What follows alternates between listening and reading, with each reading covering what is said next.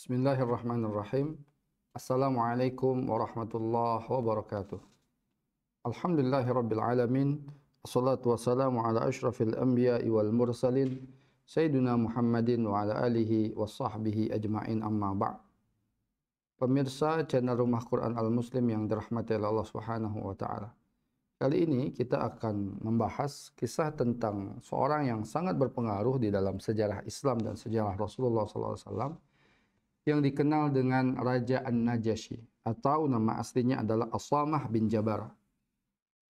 Yang kita akan menceritakan tentang bagaimana keadaan Raja An-Najasyi sebelum beliau menjadi raja. Hadirin yang dirahmati Allah Subhanahu wa taala, bisa dibilang Raja Najasyi ini seorang sahabat. Karena kenapa? Walaupun dia tidak pernah bertemu langsung dengan Rasulullah, tapi dia pernah berkirim surat dengan Rasulullah, bahkan kemudian dia beriman kepada Rasulullah SAW melalui perantara para sahabat-sahabat Rasulullah SAW. Al-Kisah, ketika para sahabat Nabi SAW mendapatkan kesulitan-kesulitan di Mekah, maka Rasulullah memerintahkan para sahabat untuk hijrah ke Habasyah, atau hari ini disebut dengan Ethiopia. Diperintahkan untuk hijrah ke Habasyah. Apa alasan Rasulullah menyuruh mereka untuk hijrah ke Habasyah? Karena di Habasyah ada seorang raja yang adil, yang tidak seorang pun di negerinya ada yang boleh dizolimi. Nah, inilah keutamaan daripada Raja Najasyi. Nah, Al-Kisah, sebelum beliau menjadi raja, ayahnya sebelum beliau menjadi raja juga adalah seorang raja. Nah, ketika ayahnya menjadi raja ini, masalahnya ketika itu ayahnya tidak memiliki anak laki-laki satupun kecuali An-Najasyi, kecuali Najasyi ini. Maka ketika itu beberapa pembesar-pembesar istana kemudian ingin memprovokasi ataupun ingin kemudian menghilangkan kekuasaan ayahnya ini. Akhirnya dia memprovokasi adiknya agar adiknya ini mau mengambil kekuasaan daripada kakaknya. Akhirnya hadirin jamaah sekalian, dibuatlah sebuah makar dan akhirnya mereka mampu membunuh ayah Raja Najasyi dan kemudian menjadikan adiknya menjadi seorang raja. Kenapa mereka memilih adiknya? Karena adiknya memiliki anak yang banyak, sekitar 12 orang anak laki-laki. Maka mereka bilang kalau anaknya jadi yang 12 ini ketika dia meninggal akan digantikan oleh salah seorang anaknya dari 12 orang tersebut. Hadirin yang dirahmati Subhanahu wa taala, maka setelah Raja An-Najasyi ini, ayahnya Raja An-Najasyi ini kemudian wafat dan digantikan oleh saudaranya, maka An-Najasyi pun hidup dalam naungan raja atau pamannya ini.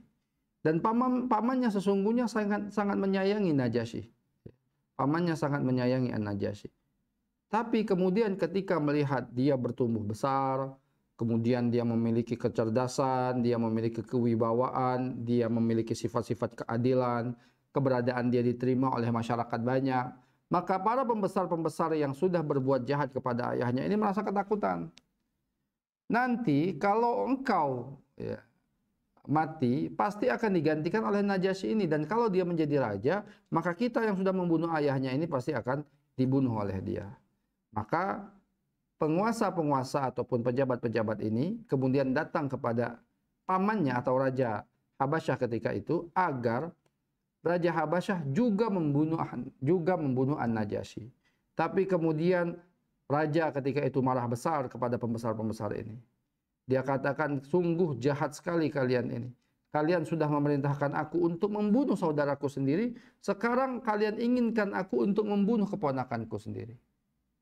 Tetapi karena dipaksa terus oleh penguasa-penguasa ini, akhirnya hadirin yang dirahmati Subhanahu wa taala, sang raja menyetujui untuk tidak membunuh Raja An-Najasyi, tetapi kemudian Raja An-Najasyi diperintahkan untuk meninggalkan ataupun untuk diusir daripada istana. Sehingga dia menjadi rakyat biasa. Dan ketika dia menjadi rakyat biasa, keadaan dia diterima. Dia memang orang yang sangat baik, dia memiliki kewibawaan yang sangat tinggi, kecerdasan, dan leadership yang bagus. Akhirnya, tidak lama setelah kejadian itu terjadilah angin badai yang sangat besar. Dan kemudian hadirin yang dirahmati Subhanahu wa taala, atas izin Allah Subhanahu wa taala, tiba-tiba tumbang satu pohon di istana dan terkena pohon tersebut kepada sang raja, paman daripada Raja An-Najasyi, yang akhirnya menyebabkan raja tersebut meninggal dunia. Maka masalah selanjutnya adalah bagaimana memilih raja setelah raja ini. Maka akhirnya ketika para pembesar ini melihat ke-12 anak raja ini nggak ada satupun yang kompeten. Mereka nggak mampu untuk menjadi raja. Mereka bukan orang-orang yang punya jiwa leadership yang besar, yang tinggi. Akhirnya, mereka akhirnya mengatakan, cepat cari anak muda yang telah kita usir dari istana ini. Sungguh kalau tidak dia kita jadikan raja, ditakutkan bahwasanya akan ada pasukan-pasukan yang sudah menyiap, yang sudah bersiap-siap untuk mengambil alih kerajaan kita ini. Maka akhirnya hadirin yang dirahmati Allah Subhanahu wa taala, dicarilah Raja An-Najasyi, kemudian dapatlah beliau dan akhirnya dibawa kembali ke istana dan kemudian dilantik menjadi raja daripada Habasyah.